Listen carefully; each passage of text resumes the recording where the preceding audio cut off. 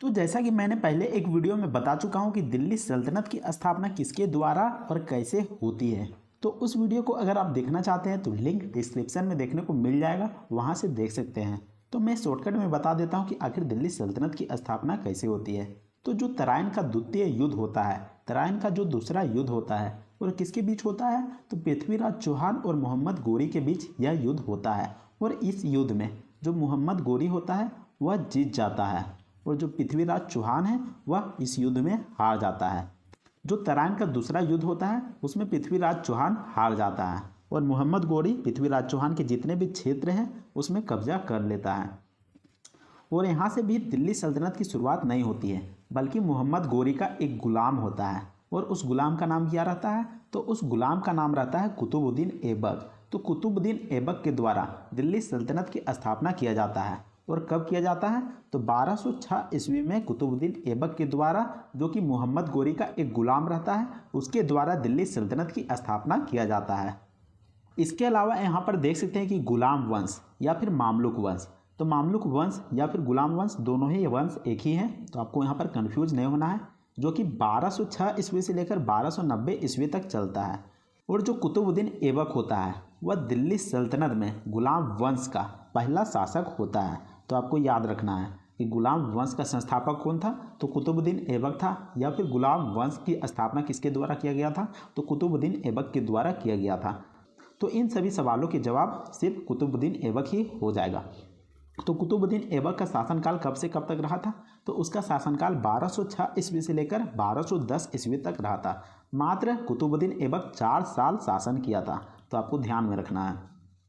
तो चलिए अब हिस्ट्री के most important topic Qutubuddin Aibak के बारे में बताते हैं, जिसका शासनकाल 1206 ईस्वी में शुरू होता है और 1210 ईस्वी तक रहता है। जैसा कि मैंने अभी बताया कि कुतुबुद्दीन ऐबक के द्वारा गुलाम वंश की स्थापना किया जाता है। और कब किया जाता है, तो 1206 ईस्वी में किया जाता है, जब मोहम्मद गोरी की मृत्यु हो जाती है। 1206 ईस्वी में मोहम्मद गोरी की मृत्यु हो जाती है, तब कुतुबुद्दीन ऐबक के द्वारा गुलाम वंश की स्थापना किया जाता है।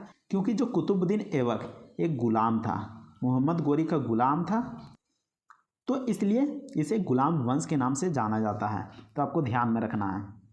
और इसके अलावा गुलाम वंश को मामलुक वंश क्यों कहते हैं, क्योंकि अरबी में मामलुक का अर्थ होता है स्वामित्व वाला या फिर गुलाम।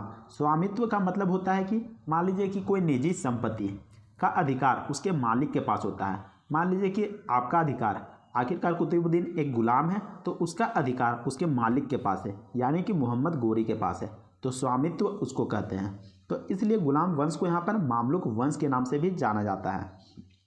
इसके अलावा जो कुतुबुद्दीन ऐबक था उसने क्या किया था, उसने लाहौर को अपना राजधानी बनाया था, तो आपको ध्यान में रखना है। इसके अलावा कुतुबुद्दीन ऐबक को लाख बख्श की उपाधि दी गई थी। आखिर लाख बख्श की उपाधि क्या थी, आखिर लाख बख्श कुतुबुद्दीन ऐबक को क्यों कहा जाता था, तो आपको बता दो कि लाख बख्श का मतलब होता है ऐसा राजा जो कि एक उदारवादी होता है, यानी कि बहुत ही ज़्यादा दान देता था। जो कुतुबुद्दीन ऐबक होता था वह एक तरह का दानी राजा था, जो कि बहुत ज़्यादा डोनेशन दिया करता था, इसलिए उसको लाख बख्श के नाम से भी जाना जाता है।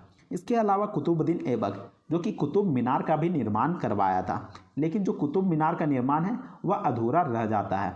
वह कुतुब मीनार का निर्माण को पूरा नहीं कर पाता है, मात्र एक मंजिला को ही पूरा कर पाता है। इसके अलावा जो कुतुब मीनार का निर्माण होता है वह कुतुबुद्दीन ऐबक के नाम पर नहीं रखा जाता है, बल्कि एक सूफी संत होता है। जी हाँ, सूफी संत जिसका नाम रहता है ख्वाजा कुतुबुद्दीन बख्तियार काकी, तो उसके नाम पर कुतुब मीनार का नाम रखा जाता है। तो आपको यहाँ पर कन्फ्यूज नहीं होना है कि आखिर कुतुब मीनार का नाम कुतुबुद्दीन ऐबक के नाम पर रखा गया है या फिर किसके नाम पर रखा गया है। तो यहाँ पर सूफी संत ख्वाजा कुतुबुद्दीन बख्तियार काकी के नाम पर कुतुब मीनार का नाम रखा गया है। तो आपको यहाँ पर नाम को ध्यान में रखना है, क्योंकि यहाँ पर थोड़ा सा नाम बड़ा हो सकता है, तो आपको ध्यान में रखते हुए नाम को चलना है। इसके अलावा कुतुबुद्दीन ऐबक ने कौन कौन सी चीज़ों का निर्माण करवाया था, तो यहाँ पर देख सकते हैं कि कुतुबुद्दीन ऐबक के द्वारा कुव्वत उल इस्लाम जो कि एक मस्जिद था उसका निर्माण करवाया गया था। इसके अलावा अढ़ाई दिन का झोपड़ा जो कि एक मस्जिद था, इसका भी निर्माण कुतुबुद्दीन ऐबक के द्वारा करवाया गया था। इसके अलावा जो कुतुब मीनार था उसका निर्माण भी कुतुबुद्दीन ऐबक के द्वारा करवाया जाता है, लेकिन इसका कार्य को पूरा नहीं कर पाता है। लेकिन इसका निर्माण का जो कार्य है वह अधूरा रह जाता है। फिर जाकर इल्तुतमिश जो कि गुलाम वंश का तीसरा शासक होता है, उसके द्वारा कुतुब मीनार का जो कार्य होता है, निर्माण का कार्य होता है, उसको पूरा करवाया जाता है।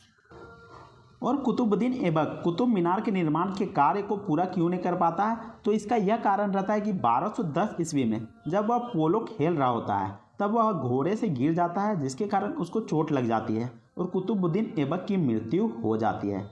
तो याद रखना कि 1210 ईस्वी में पोलो खेलने के दौरान कुतुबुद्दीन ऐबक घोड़े से गिर जाता है, जिसके कारण उन्हें चोट लग जाता है और कुतुबुद्दीन ऐबक की मृत्यु हो जाती है, जिससे कि जो कुतुब मीनार का जो कार्य रहता है, निर्माण का कार्य रहता है, वह अधूरा रह जाता है। इसके अलावा जो कुतुबुद्दीन ऐबक का जो पुत्र रहता है आराम शाह, उसको राजगद्दी में बैठाया जाता है जब कुतुबुद्दीन ऐबक की मृत्यु हो जाती है। तो 1210 ईस्वी में कुतुबुद्दीन का पुत्र का नाम क्या था? तो आराम शाह, उसको गद्दी में बैठाया जाता है, लेकिन मात्र वह 8 महीने ही शासन कर पाता है, क्योंकि जो इल्तुतमिश जो कि एक गुलाम वंश का शासक रहता है, वह क्या करता है? आराम शाह की हत्या कर देता है, उसको बंदी बना लेता है, आराम शाह को बंदी बना लेता है और उसकी हत्या कर दी जाती है। तो इस कारण कुतुबुद्दीन ऐबक का पुत्र आराम शाह 8 महीने ही शासन कर पाता है और फिर आराम शाह की मृत्यु होने के बाद, यानी कि हत्या कर देने के बाद, इल्तुतमिश खुद दिल्ली का शासक बन जाता है। और इल्तुतमिश कौन था? तो इल्तुतमिश बदायूं का सरदार था। नेक्स्ट वीडियो में बताऊंगा कि इल्तुतमिश कहाँ से आया था और कैसे दिल्ली सल्तनत का राजा बनता है। तो इल्तुतमिश से रिलेटेड जो मैं वीडियो लेकर आऊँगा उसमें आपको पूरे डिटेल के साथ बताऊँगा, जिससे कि आपका जो इल्तुतमिश का जो टॉपिक है वह पूरा क्लियर हो जाएगा। और इल्तुतमिश का शासनकाल कब से कब तक चलता है? तो उसका शासनकाल 1210 ईस्वी से लेकर 1236 ईस्वी तक चलता है।